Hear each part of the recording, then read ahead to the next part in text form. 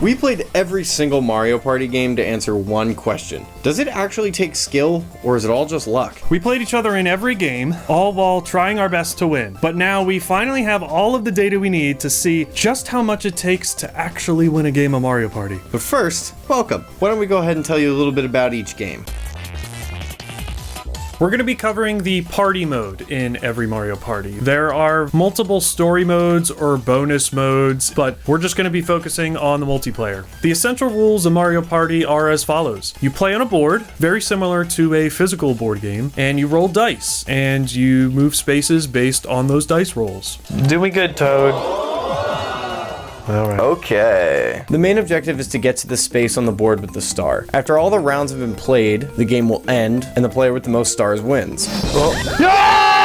The star usually costs about 20 coins to purchase, so you won't just automatically get it by landing on it. What? He's already there! You piece of shit! Oh, he doesn't have enough. Oh. Okay. If there's a tie at the end of the game, the winner will be decided by coins rather than stars. Oh, whoever has the most coins! Is it literally Yes! just coins? Yes, it came down to just the coins! Because we Coins are earned in multiple ways throughout the game. You can earn coins by landing on blue spaces, which usually take up the majority of a board, but landing on a red space loses you coins. After all 4 players roll their dice in a round, a minigame is played. This game is chosen at random and consists of either a 4v4, 1v3, 2v2, and then there's also duels, and you get the idea. It's a lot of games. The minigames can vary, focusing on skill-based or luck-based mechanics. You can earn coins by winning a minigame, or sometimes forfeit your coins on a loss. We all lost coins? You used to lose coins? There are more specific ways to earn coins, but that is more dependent on the board and which specific Mario Party game you're playing. In regards to the rest of the board, there are also a number of other spaces that will affect the game. These are special action spaces that range from manipulating the board, changing your position, changing opponents' positions, changing the position of the star, Donkey Kong absolutely launching you at the star, Bowser showing up and manipulating the game. Basically, if it's not a blue space or a red space, there's going to be a shakeup. There are also items you can obtain that do similar things, like taking coins and stars from other players, or warping yourself around the map. Usually these items can be used before you roll your dice. But again, these rules get more detailed and varying based on the specific board. These are the general rules of Mario Party. Even though some titles have tried to drastically change the way the game is played, Nintendo has time and time again returned the series back to its core root ideas. So it's safe to say that some of those other titles were just a little bit more experimental with their rule set. So let's go ahead and take a look at what makes each Mario Party game unique. Spanning over 2 decades of games, the Mario Party series has been through many a makeover. I like to think there are 4 eras of Mario Party games, spanning each console. The first era was the golden age of Nintendo 64, which birthed the series and consisted of Mario Party 1, 2, and 3. Mario Party 1 sets up our franchise with all of the simple rules that we've already discussed. There's 6 playable characters, 6 board maps, and 2 that you can unlock after playing the game for a little bit. One controversy that arose from the original game was a mechanic in one of the minigames that required you to spin the N64 joystick really fast. This resulted in a lot of people developing blisters on their palms, and the way that Nintendo tried to counteract this was that they gave everybody gloves. They gave everybody gloves. Many would argue Mario Party 2 is the perfect sequel, as it improves upon many aspects of the original game. The game boards are bigger and more complex now, there's more mini-games, and this feature may seem extraneous, but it's so cute. All the characters wear outfits now depending on which board you're playing on. Look at Yoshi, he's adorable! Yoshi and his little cowboy vest? Yeah. Oh, he's so cute! In Mario Party 3, Yoshi's naked again. Come on, Nintendo. Now this is true for all of the Mario Party entries, but they really enjoyed changing up the world theme and why all of these characters were having a party. The first 3 games, they jumped around a little bit on why they were having a party. Sometimes it's just for fun, sometimes there's some magical element to it. Mario Party 2 had this staged theme where the characters were putting on a performance. Mario Party 3 had this pop-up book idea with a big star and a mustache that was your host, which won't be the last time we'll get there. This staging theme wouldn't be kept around for much longer, but will bring us into the new era. The GameCube ushered in the silver age of Mario and his many parties, bringing with it Mario Party 4, 5, 6, and 7. Now, real quick before we get into the games, I would just love to highlight the absolutely batshit commercials that they made for these Mario Party games. You have the Japanese ones, which highlights, you know, family competition and good sportsmanship. And then you got America. They're just beating each other up the whole time. Luigi's pushing Yoshi in the pool. Mario's skiing down the house. And what is this guy doing under Peach's dress? We've got a soft spot for the GameCube era because these commercials are very nostalgic for us. But okay, let's get to the games. In Mario Party 4, it's your typical upgrade for coming into a new console era. The mini games are more visually pleasing. There's some really cool new items like the mini and the mega mushroom, and you get all your typical Mario Party BS. Random chance items that take you right to the star, random chance items that take a star from you, same old, same old. I hope Donkey Kong uses that damn crystal ball and takes your fucking star away. Take someone's coin or star. You fucking cock.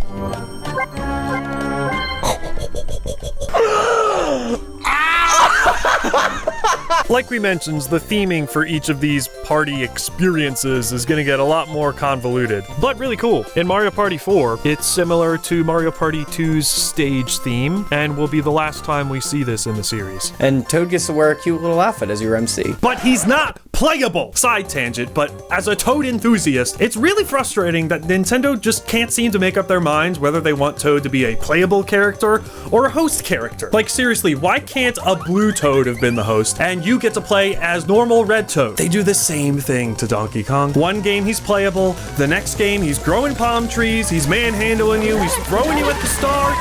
Mario Party 5, baby. Toad has arrived. Also, yeah, we haven't been mentioning, but the whole roster has been expanding like every game. But Toad! Good job, Tomato. Have a star. The mustache star is back, and he's got some friends now. Or family? He's looking gray, so maybe these are his children. And here we go. Welcome to my lower intestine. The game's party theme this time is It's All a Dream. They're all dreams. All right, future dream. Oh, pirate We're going dream. pirate! The items are now in capsule form for some reason. Here, I'm gonna get a capsule. Capsule. Here comes my child. Yeah, the mini games in this one though, Don't you think nerds are kind of sexy? Here's math. they got some banging mini games. Get that piece of shit. I'm trying, man. Give me his star. Yes! Yes! I am. Eat I my shit. will. Look at I will Luigi. always suck. It's Mario Party 6, and all of the items that were capsules are now orbs, but they all still do the same thing. Peach is just going for it. The game now supports a microphone that allows you to talk into it to control certain aspects of certain mini games, and it really didn't work that well. Whoa, Mike minigame? Mike Mini? Oh. Yay! All right, here we go. Apple. Hell yeah, it works. Grape. Oh. I'm sorry, apologize. In what world does grape sound like orange? The final installment of the GameCube era games is Mario Party 7. Toad is still here, and we're on a cruise this time. There's an old-ass Toad named Toadsworth who guides you through the game. So thank you for not just using Toad again. The items are still orbs, and the mic mechanic is still here. Fun fact about this Mario Party, though, it is the only one that supports an 8-player mode. It's a bit more bare bones. You have to share a controller with another player, but it's still a cool addition. We would like to play. We're now out of the GameCube era and we're moving into the age of the Wii, and some might say this is probably the most controversial time for the Mario Party series. But with Mario Party 8, we've still got one pretty good game before everything just goes downhill. Wiimotes mean motion controls! You're driving cars, you're jumping rope, you're punching statues, you're rowing boats, you're cranking hog. Holy shit. Oh, oh. Wait a minute. Don't punch me. We're also at a carnival now, and our host is whatever the hell this thing is. And all the items are candy. Mario Party 9 is definitely a Mario Party game. Dude, this looks like a DS game. Look how tiny Toad is, too. They decided to do away with freedom, and everyone rides together in a crammed car. Or boat. Or the rug from Aladdin. Now you collect mini stars and no coins. You'll trawl the tropics for mini stars? Yeah, there's no stars in this. It's all mini stars. Okay, and we're all working together. No, we're all on the same car, but you still need the most stars at the end. And there's also stars. They're words, not mine. They're turning them all bad. Mini stars. What the hell up with them stars? I don't like that. Stars. It's not. It doesn't feel good. It's not kid friendly either. Yeah, this game was definitely when we started to lose our sanity a little bit. 3. It's just a little too hand-holdy to keep your attention the whole time. It seems like this was their attempt to consolidate the series, but it ended up just being a lot less enjoyable. Like, sure, yeah, there's still a superstar at the end, but did you really want to spend the whole game riding around with your enemies? But hey, they finally figured it out and just made a different colored Toad be your host, and you could still play as the OG red one. It's kind of disappointing at this point that they did away with all of the theming for each game, so yeah, now your host is just yellow Toad hanging out with you. Mario Party 10 continues to run with the car stick, but now we're on the Wii U, so you know what that means. The game's not very good. But Nintendo also had to shoehorn in the gamepad. Bowser now follows your car, and he's fucking huge. And can also be controlled by a 5th player using the gamepad. It's at least a little bit more interesting to have a game of cat and mouse going around the board. You got us. I got you. You're right on top of us. Damn. But if Bowser starts to win, your teammates get knocked out, You're down to 1 life. Wario's done. which means that their corpse just follows you around with the ghost of a dead Victorian child.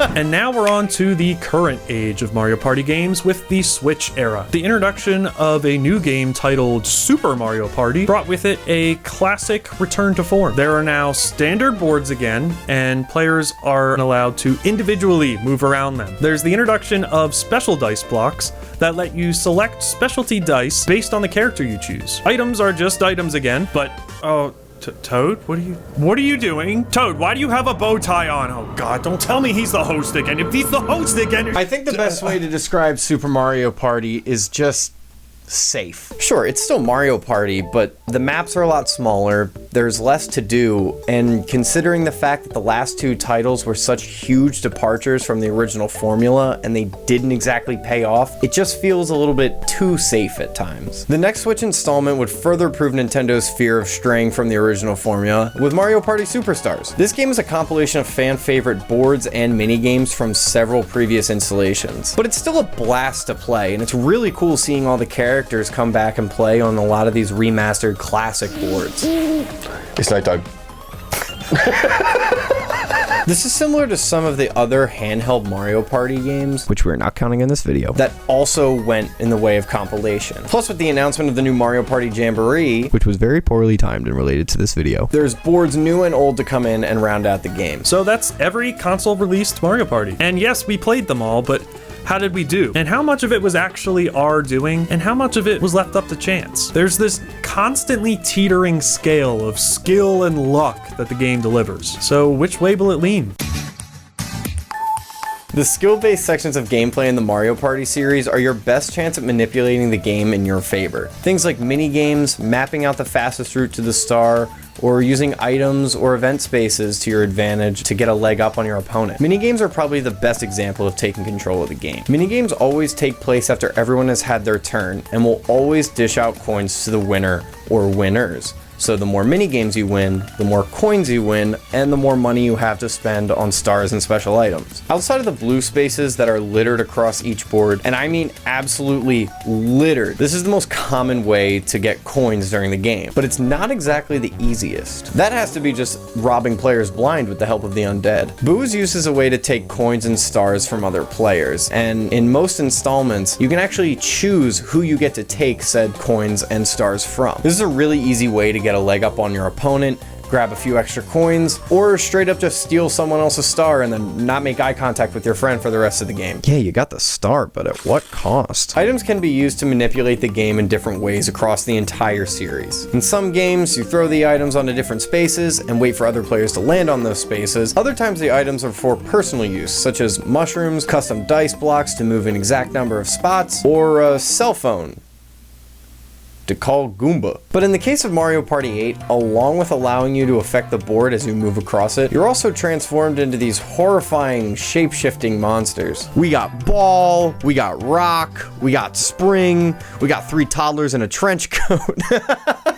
All of these items help shuffle the map and propel you forward to help you win the game. And then there's the golden pipe that legitimately just plops you right down in front of the star. That thing is so goated. In an earlier life, it took the form of a magic genie that, you guessed it, also took you right to the star. The map will also have different obstacles and mechanics that will change the way you need to think about each game and adjust your strategy accordingly. Some maps may have characters that block your path that you actually have to pay off to get them to move. The catch here being that once they're paid a certain amount of coins, they'll have to be paid more next time. So 1 coin becomes 2 the next time you need them to move. Or you could just give them a ridiculous amount of money right up front and just screw everyone else over. There's also a casino board in Mario Party 4 with a giant roulette wheel in the middle that requires coins to move. But this time, depending on how much you pay the man, you actually have a better chance at getting where you need to go, because what better lesson to teach kids in a Mario Party game than that bribes actually work.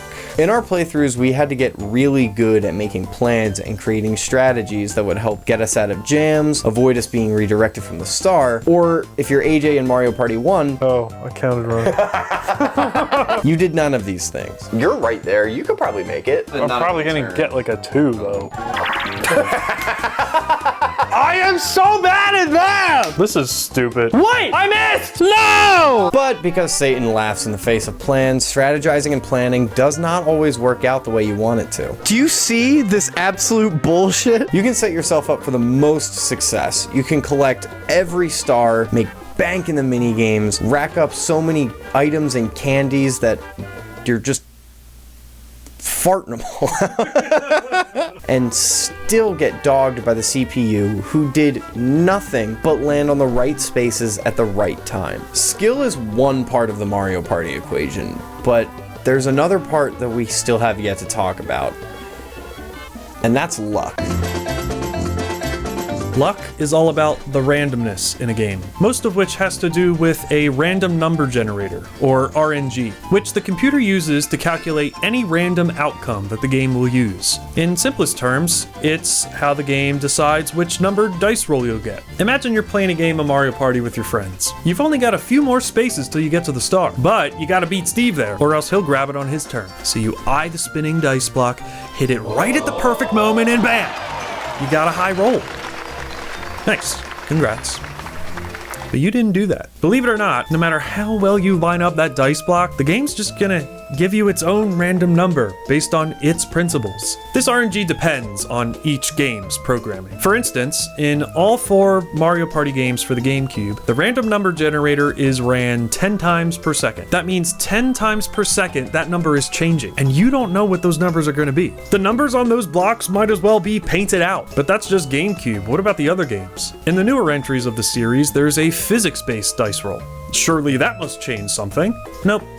It's just a flashier way to make it look like you did that roll. The number is still predetermined before that die starts tumbling. The way I see it is the RNG in Mario Party is like rubber banding in Mario Kart. The CPU in Mario Kart will slow down if you're doing really bad, or speed up if you're miles ahead in order to give you what they consider a fair competition. It's like an invisible rubber band that's stretching back and forth, tethered to the player. In Mario Party, sure, your skills could put you ahead early in the game, Oh shit, what the fuck is this? Oh, she's taking me right to the star! but leave it to the RNG to even the playing field and whoops, your star's gone. For a more specific example, in Super Mario Party, there are these green spaces called lucky spaces. If you land on one of these, you'll be given a roulette wheel of events that will benefit you if selected. Give me 10 coins. Oh my god. They can vary from receiving coins, losing coins, making an opponent lose coins, getting an item, and so on. But this list is more predetermined than you think. If you're in first or second place, the roulette wheel will give you favorable but more lackluster options. But if you're in third or fourth place, the game will more aggressively give you better luck and help you out a bit more. This is pretty much exactly like rubber banding, and I'm sure this isn't the only instance of RNG in the series. The RNG also pushes you in directions that encourage play, and it makes you feel like you made a good decision. In Mario Party 5, you have the opportunity to use a chance capsule. This lets you swap something like coins or stars with another player. But of course, it's chance. You don't know what'll be swapped. When activated, the player character is shown on the left side of the screen. The opposing character is then chosen and shown on the right side. The interesting thing about this RNG selection is it favors the player on the left side of the screen. They programmed the game to give better payouts to the person on the left.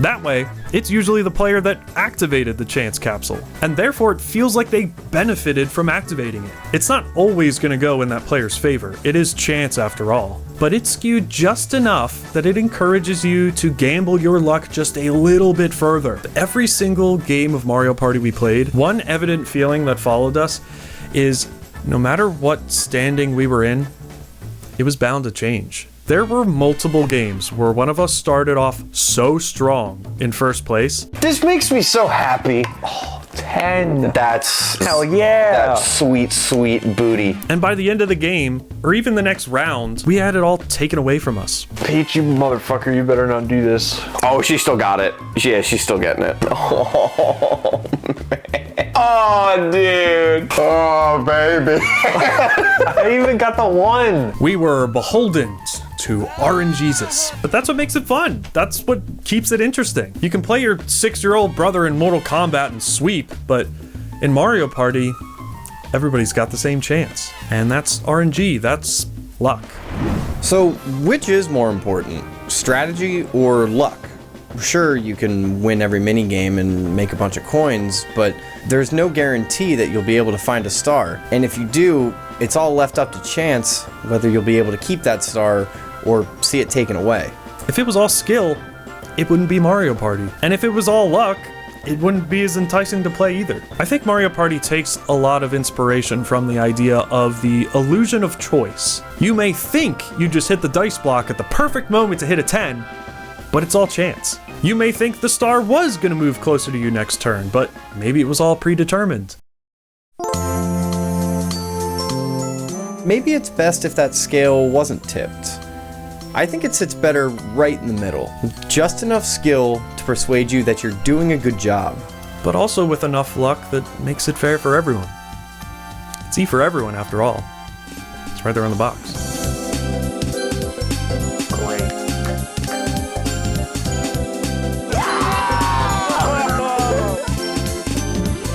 If you enjoyed the clips of us playing Mario Party, check out our other channel for a full compilation. It's got every game in there. So many funny bits from that, I love it.